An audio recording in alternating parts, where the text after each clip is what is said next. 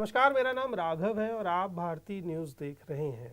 हमारे आज के मेहमान बहुत ख़ास हैं। हमारे साथ आज जुड़े हैं प्रोफेसर मोहम्मद यामीन, जो ऑस्ट्रेलियन नेशनल यूनिवर्सिटी से हैं और कंप्यूटर साइंस की दुनिया में एक जाना पहचाना नाम है।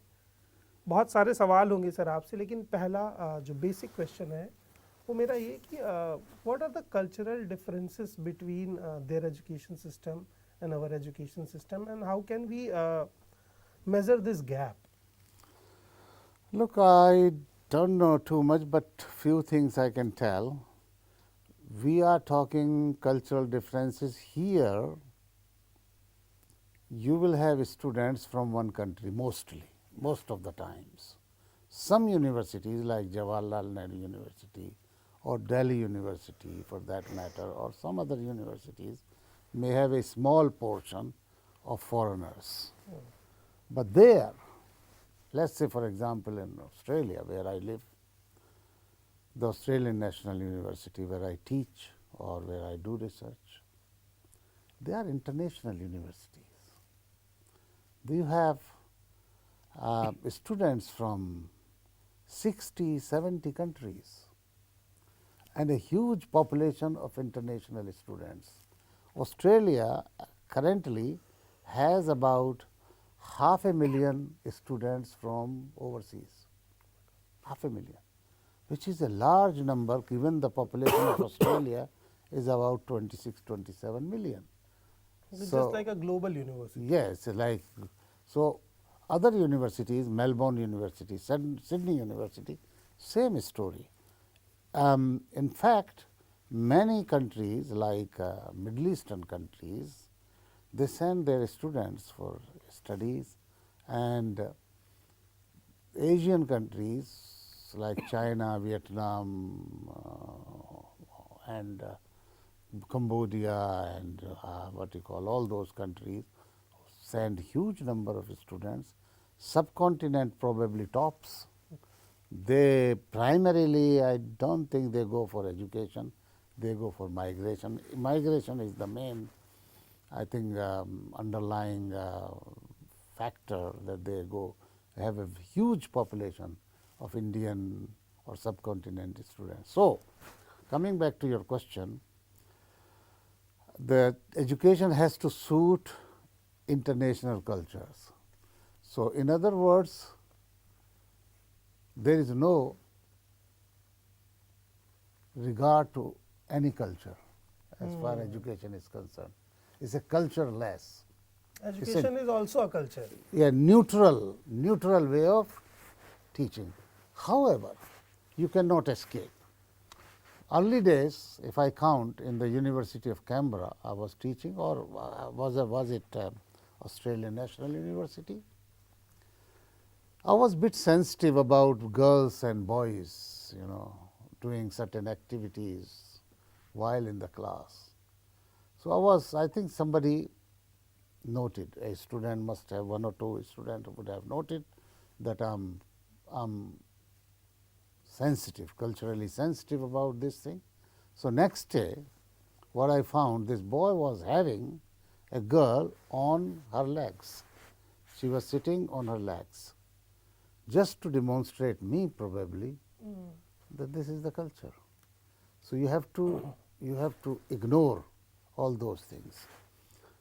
At a CIT TAFE, I taught for I think a little while, and the thing is, there were evening classes, people will come drunk. You're teaching them as well. So you live the underlying culture there, or the Western culture, you become part of Western culture. But other cultures got diminished. There is no regard unless there is a dominant population of Indian students. It seems like a cultural imperialism. Yeah, if there is a class of lot of Indians, they might say namaste, they might say this, they might say that, little bit words here and there. But look, the dominant factor, the culture in the pubs, the culture in the discos, the culture in the restaurants, and the culture in the society is what the Western culture is. So, although they think that they are conducting neutral, But the inherent culture of the country, you cannot ignore that. You cannot escape. Some of my friends over there, they have to discuss that education system of Australia more focused on research rather than job opportunities. That is so much true with many universities. At the Australian National University, when I first time taught a course, I was a assistant teacher, and it had about 300 students, and we were teaching a language course. I think it was some language, Pascal or something, based on that. There was some other things. By the middle of the year, half of the students left. We just were limited to 150 students, and I was shocked that you have to have certain TAR, certain level of education to get admission in certain classes. Despite that, half of them left. Why? I started studying the trend, what is happening. What I discovered after talking to teachers and so on and so forth, you see, the thing is, they say, I don't like it, I don't get it, it doesn't make sense to me, and they leave. Social system is such that they will get money, no one is going to be hungry, the housing, the roads, the food, everything is basic, is given to everybody by this or that, either you earn or the government gives. So there is no crisis of that. So there is no pressure of job. If you study, if you educate. Now, what happens to these people who left? Then I studied, somebody will go to the tape, will become a carpenter or an electrician or something. So you will find actually that you go to the trades and shops, and you will find very intelligent people there. It's just they were not bad, they didn't like, or maybe there was one teacher teaching mathematics or some assembly language or something, not teaching well, and they resent it and they hate it and they leave it. No, it's a matter of interest. It's a, if they lose the interest, they will leave. There are no economic pressures. But it's a kind of privilege also. They have Yeah, choice. they have no. I mean, for me, counting my days at the Aligarh Muslim University, for me it was, if I don't study, then I have to sell rock melons in my village or in the town nearby. So choice is between studying and getting a job or selling the rock melons. So the economic, or what you call the pressure, is there for me to excel, to perform, to learn. But there are no pressures. No pressure. What are the new trends in the field of computer science, and हम कितना दूर हैं उस trend से as a country, as a education system? देखिए, ऐसा है, बहुत ज़माने पहले यहाँ पे एक बार सैम पेट्रोडा आया था. उससे मैंने एक सवाल ऑस्ट्रेलिया से पूछा था. I was watching the channel. वो सवाल उसने टेकअप करा था. मैंने उससे पूछा था कि भाई ये बताओ, इंडिया में इतना आईटी है, इतना टैलेंट है, लेकिन इंडिया स्ट्रगल क्यों करता है? खैर, उसका आंसर मेरे पास है. उसने क्या आंसर दिया था वो तो मुझे पता नहीं है. सवाल ये है कि हम एजुकेशन तो ले रहे हैं, लेकिन उसको हम इम्प्लीमेंट नहीं कर रहे ऑर्गेनाइजेशंस में. स्ट्रक्चर नहीं है हमारे पास. स्ट्रक्चर नहीं, उसको हम सिस्टमेटिक जो एक डेवलप करना होता है, उसको क्या कहते हैं, बिजनेस को, वो नहीं कर रहे हैं हम, उसमें नहीं ला रहे हैं. हम अभी भी बावजूद टैलेंट की इंडिया में कमी नहीं है, बल्कि बहुत ज़्यादा टैलेंट है. बिकॉज यहाँ पे मिलियंस ऑफ स्टूडेंट्स हैं. 100 मिलियन होंगे स्टूडेंट्स. अब 100 मिलियन में 10% भी अगर एक्सेल करेंगे तो 10 मिलियन हो गए. उनमें से हायर एजुकेशन के 1 मिलियन भी होंगे. प्रोबेबिलिटी ज़्यादा है, बहुत ज़्यादा है. तो फेलियर को निकाल दे 90%, जो सक्सेस रेट है उसी को लेकर के नंबर बहुत बड़ा है, बहुत बड़ा है. तो वो टैलेंट की कोई कमी नहीं है. सवाल ये है कि जो इंफ्रास्ट्रक्चर, जो सेटअप, ऑर्गेनाइजेशनल सेटअप बाहर है, वो अभी तक ये नहीं लाए हैं. फॉर एग्जाम्पल, मैंने सेंट्रल लिंक में 4 साल काम किया. 100% ऑटोमेशन है, 100%. अब आपको मैं एक एग्जांपल देता हूँ। मैंने पीछे अभी एक लेक्चर दिया यहाँ पे, ऑस्ट्रेलिया से ही, उसमें किसी जगह पे इन्होंने कहा था, मैंने दिया। कुछ मैंने तैयार नहीं करा था क्योंकि मैं अंडर प्रेशर था, बहुत चीज़ें करना था। तो लेक्चर था जी कि एआई पे कुछ इन्होंने कहा था कि इस पे कर दे। मैंने कहा वो तो मैं नहीं करूँगा, बट मैं एआई के बारे में जनरली बता दूँगा कि भाई एआई क्या है। असल में एआई को हम अपनी ज़बान में एक वर्ड है हौवा। हुआ। पूरी दुनिया में एआई को एक हौवा बनाया हुआ है। एआई बहुत ही सिंपल चीज़ है, और जो लोग पढ़े लिखे नहीं हैं, जिनको पता नहीं है, वो डरते हैं। वो सोचते हैं एआई मुझे किल कर देगी, एआई के पास ऐसे ऐसे हथियार हैं। नहीं, यहाँ तो डिस्कशन चल रहा है इन इंडिया कि एआई अगर पूरी तरह से इम्प्लांट होती है तो लगभग 2-3 करोड़ लोगों की जॉब्स कोलैप्स कर जाएंगी, रिप्लेस कर देगी। वो एक चीज़ है। मेरा बेसिक सवाल, बेसिक चीज़ ये है, मैं उसमें बात बताई, मैंने कहा भी मैं 10-15 मिनट जो है बताऊंगा कि ये एआई क्या है, but I ended up talking for about 1 hour 40 minutes in that conference because such, and then people started asking all sorts of questions. देखिए मैं बताऊं, डाउन टू अर्थ एआई की क्या है। एआई कुछ भी नहीं है, इससे collection of memory of similar things. एक ही चीज को 100,000, 10,000, मिलियन वेरिएशंस उसके हैं, वो सब इकट्ठे कर लीजिए आप एक जगह पे। अब आप कोई भी इंजन लगाइए उसमें, ये तलाश करने के लिए कि बेस्ट फिट क्या है इनमें से दिया हुआ, what is the best fit.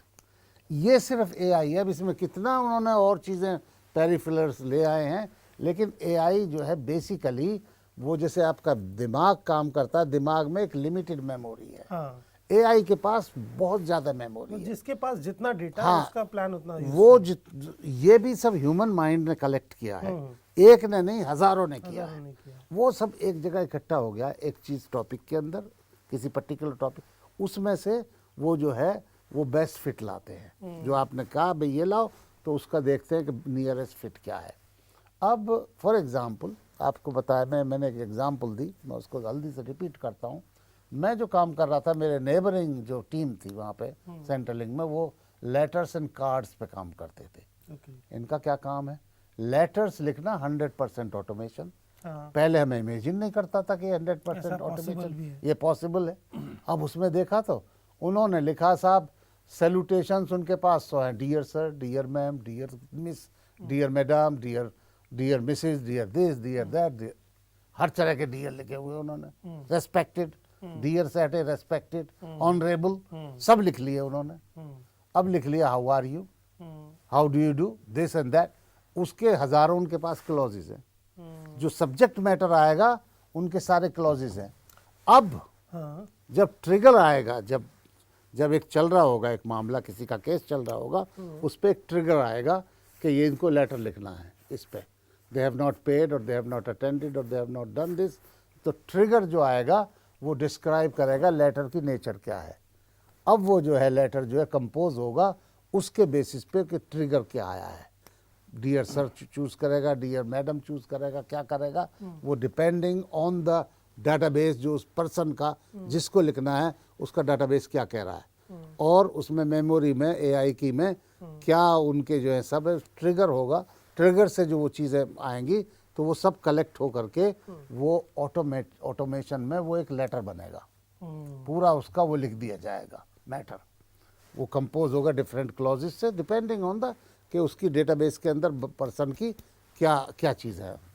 अब ये लेटर लिख करके चला गया 1000-2000 किलोमीटर दूर, उसमें क्वींसलैंड में सेंटर था हमारा, वहाँ पे ये लेटर जो है प्रिंट होगा। प्रिंट होने के बाद ये एनवलप में जाएगा।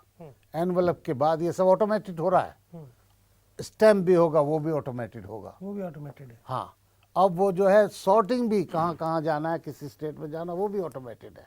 और वो बॉक्सों में भर जाएंगे सब, और वो जो है जा करके पोस्ट कर दिए जाएंगे बाई वैन, या वैन वहाँ की आएगी ले जाएगी। लेटर की वॉल्यूम क्यों इनको ऐसा करना पड़ा, एक हफ्ते में 1.5 मिलियन के लेटर्स हैं, 1.5 मिलियन लेटर्स लेके जा रहे हैं 1 वीक में, तो ह्यूमनली नॉट पॉसिबल। ये मशीन ही करेगी, एआई करेगी।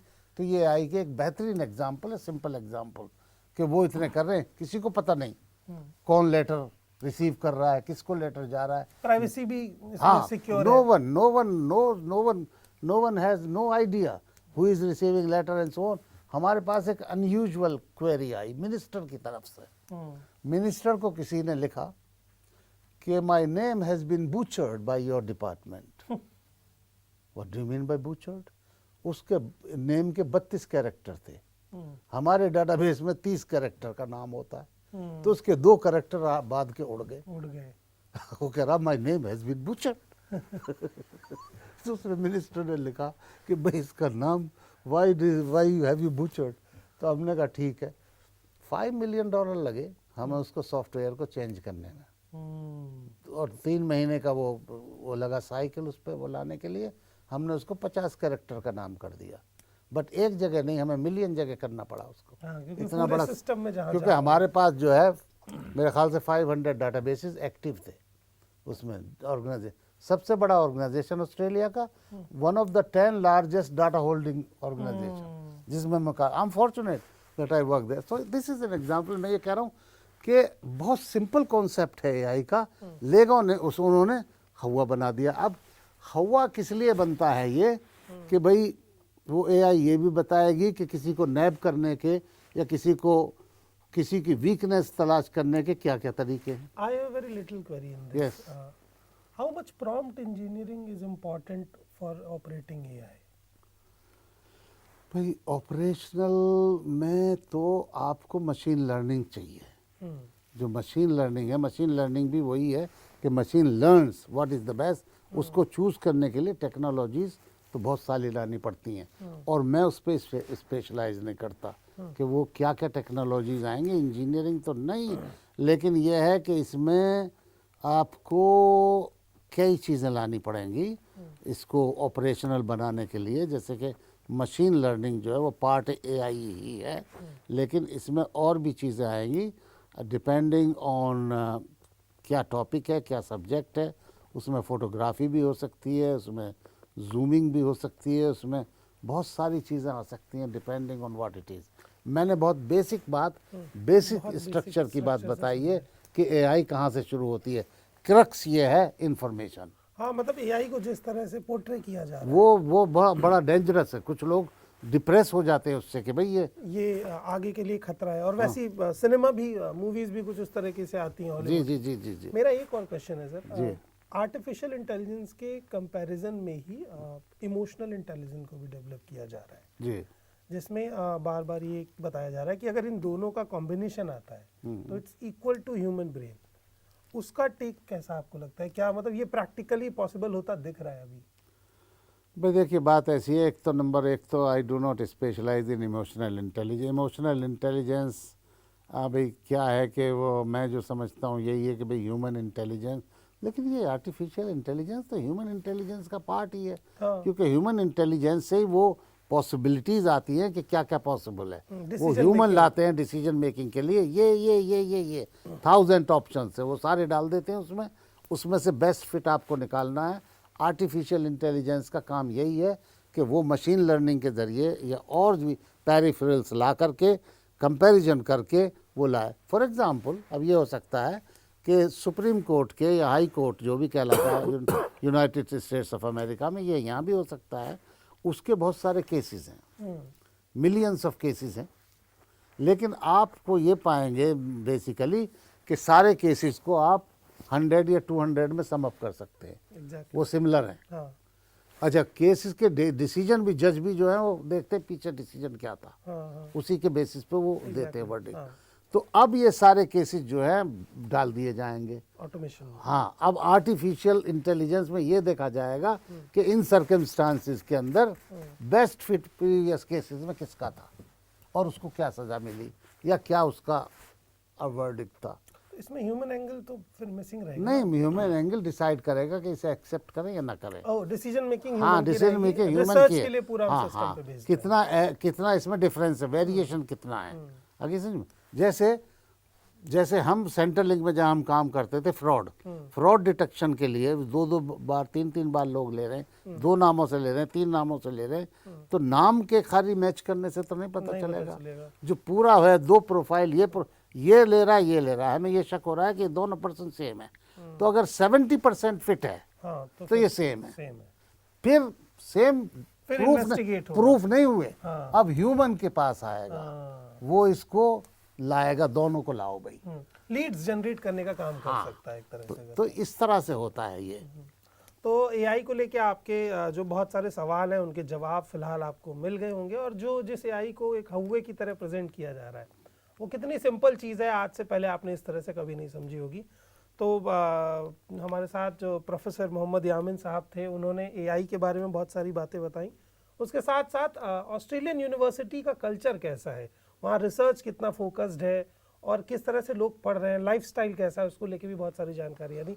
बहुत बहुत शुक्रिया सर हमसे जुड़ने के लिए, बहुत धन्यवाद, और बहुत थैंकफुल हैं कि आप हमारे बीच आए और हमारे दर्शकों को ये तमाम ज़रूरी जानकारियाँ दी। शुक्रिया सर। थैंक यू, धन्यवाद। My pleasure.